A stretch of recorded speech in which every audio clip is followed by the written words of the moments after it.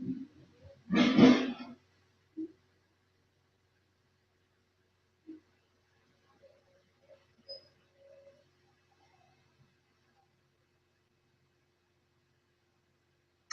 everyone, this is Kelsey here with the Marks Group. I'm just going to go ahead and get started. We are going over custom quote numbers today in Microsoft Dynamics CRM. And just to remind you, all of this content is available on our blog at blog.marksgroup.net, where you can see step-by-step instructions in written form for what we're going over today. So the first thing we're going to do is create a custom quote number. In my situation, my client didn't want to use the out-of-the-box quote ID anymore. They wanted to be able to customize it so that it was a little more meaningful for them. So what I did, I found a solution online. It's called ADX Studio. So you can look that up. It's ADX Studio Productivity Pack. We're not affiliated with them at all. I just happened to find their solution online and it works pretty well. So that's what I'm using in this demonstration. I already have the solution installed, so I'm going to go ahead and set that up. The first thing you have to do is create a field for your custom quote ID. So I already have that set up here as well. I named it custom quote ID. You could name it whatever you want. So I'll go ahead and add that to my form. The field type should just be a text field, I think. Let's go find out. Right, so I called it just a single line of text, custom quote ID, and that's it. I added it to my form, so now I can go ahead and start using that. When you're using the solution, you have to create a like a custom number, like a rule, so it knows how you want to number your quotes. So it's called an auto numbering definition.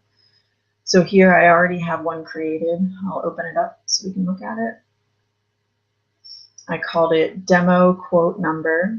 The format is going to be demo hyphen followed by the number. So you'll see here that I have 0 in the squiggly brackets, and that means that that's where our custom number is going to go. I'm going to zoom in a little bit. Maybe we can see better. All right, so here I set the number of digits for my number to be 5. You can set it to whatever you want. And the last number issued in my case was 2. So if you wanted to start at 1,000 or 10,000 instead of 0, you could do that. And that's about it. We can save that and close out of here. Okay, so then what we'll want to do is create a workflow. So we'll go into our processes. I have one created already, but I'm going to start with one from scratch so that we can go through the steps together. So give it a name, and the category is a workflow, and then our entity is the quote. Click OK.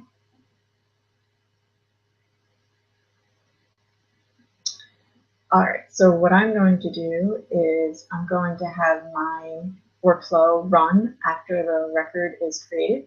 So we will keep that checked, and we'll add a step.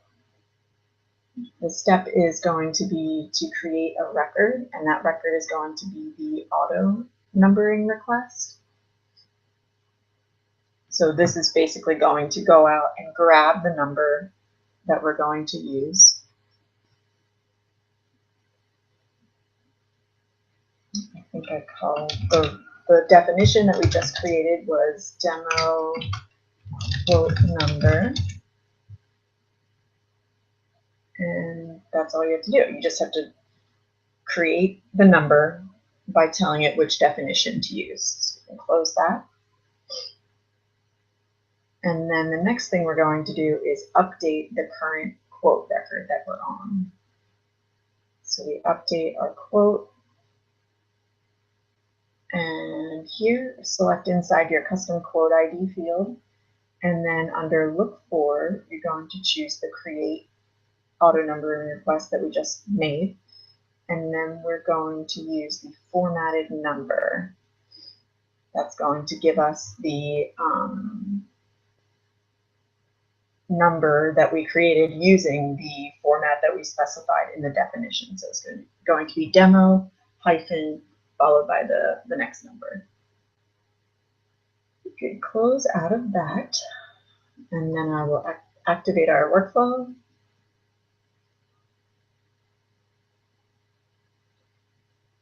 Okay, and go back to our quote. I'm going to create a new quote.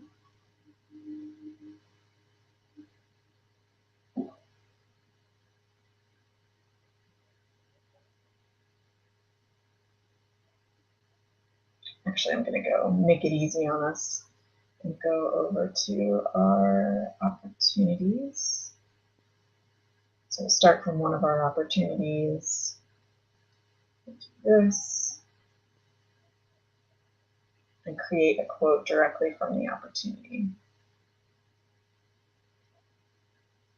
Scroll down a little, create a new quote. This way we'll have all the information filled in for us.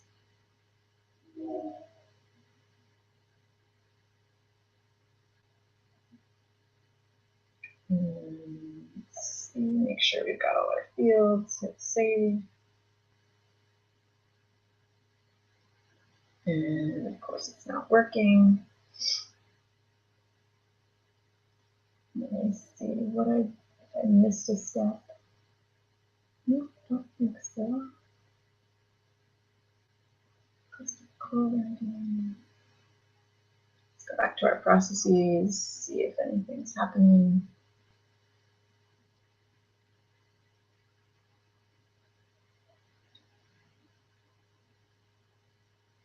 And it says it succeeded, so we'll open that up and take a look.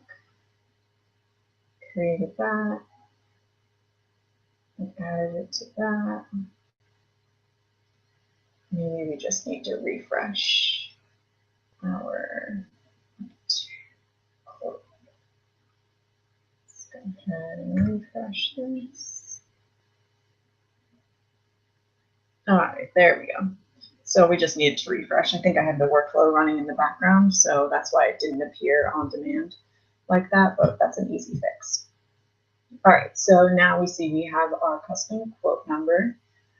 Now we're still showing our original quote ID. That's something that you can't get rid of. You have to have that. Microsoft Dynamics has to have that, but we can hide it so that the user doesn't see it and get confused. So that's what I'm going to go over next.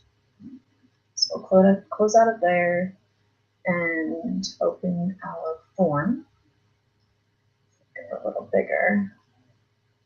I'm going to just open this original quote ID field and uncheck the box that makes it visible by default.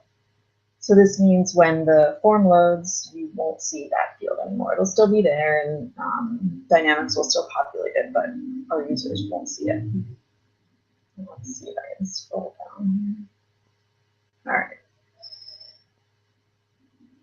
Next, I need to make sure that when there's a revision, the custom quote number stays the same. So we want it to function like our original quote ID when you do revisions. So the quote ID will stay the same and the revision ID will get updated.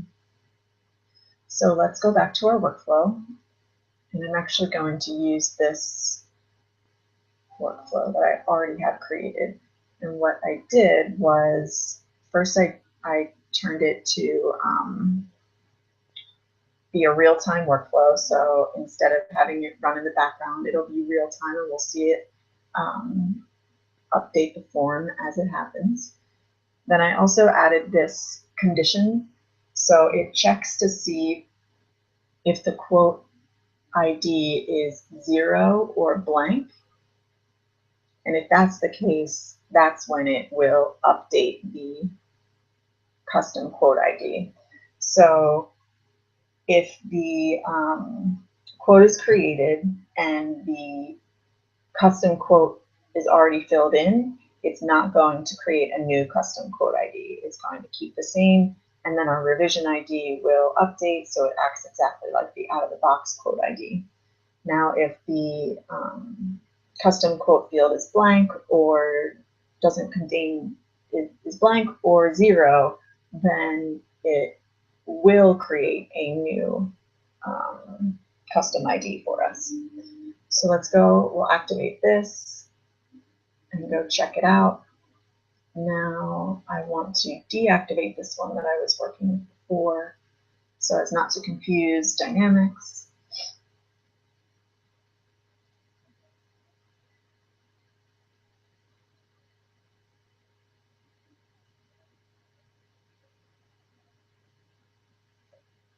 Okay, so we'll go back over here. We will create a new one. We'll just start from scratch.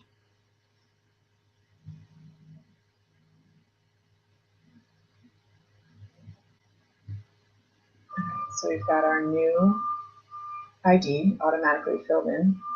I must not have published that change to hide the original, but that's okay. We'll do that next. We're going to activate the quote just so I can show you the revision. All right, and then I'll go through revise, and if all goes well, we have the same quote ID and the revision ID increased 1. So perfect. It's acting exactly like we want it to. Now the final step that I have to review is we want to make sure that users aren't modifying this custom quote ID field. So like the original and the rev ID, we want this field to be locked so that it never gets modified. So I'm going to use a little bit of JavaScript to do that.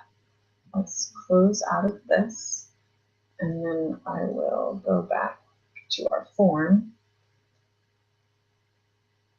And we're going, like I said, we're going to use the JavaScript. And first we can, I think I already have the library in here.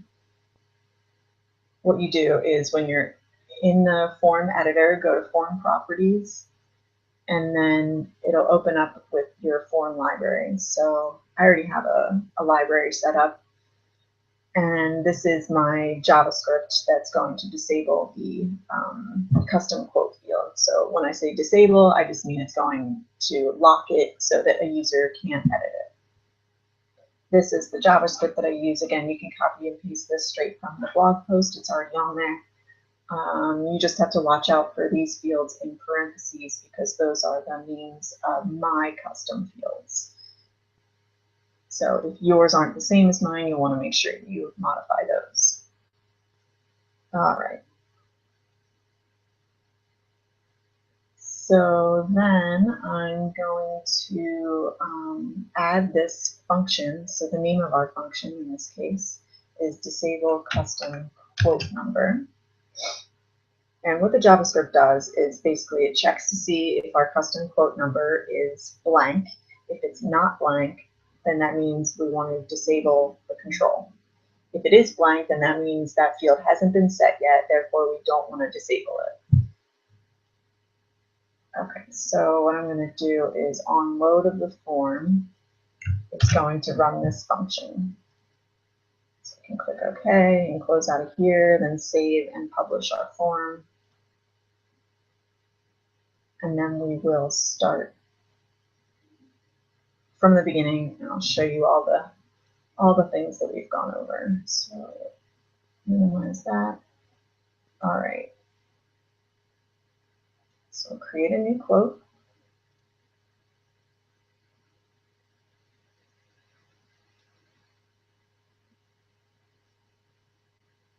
All right, we've got a new quote ID, and you'll see our JavaScript worked because it immediately locked it, so now you can't edit it. We will activate it, just so I can show you top to bottom everything that we went over today. And then once we revise, where's that revise button? Activated. Huh, interesting. Let's see if refresh does anything.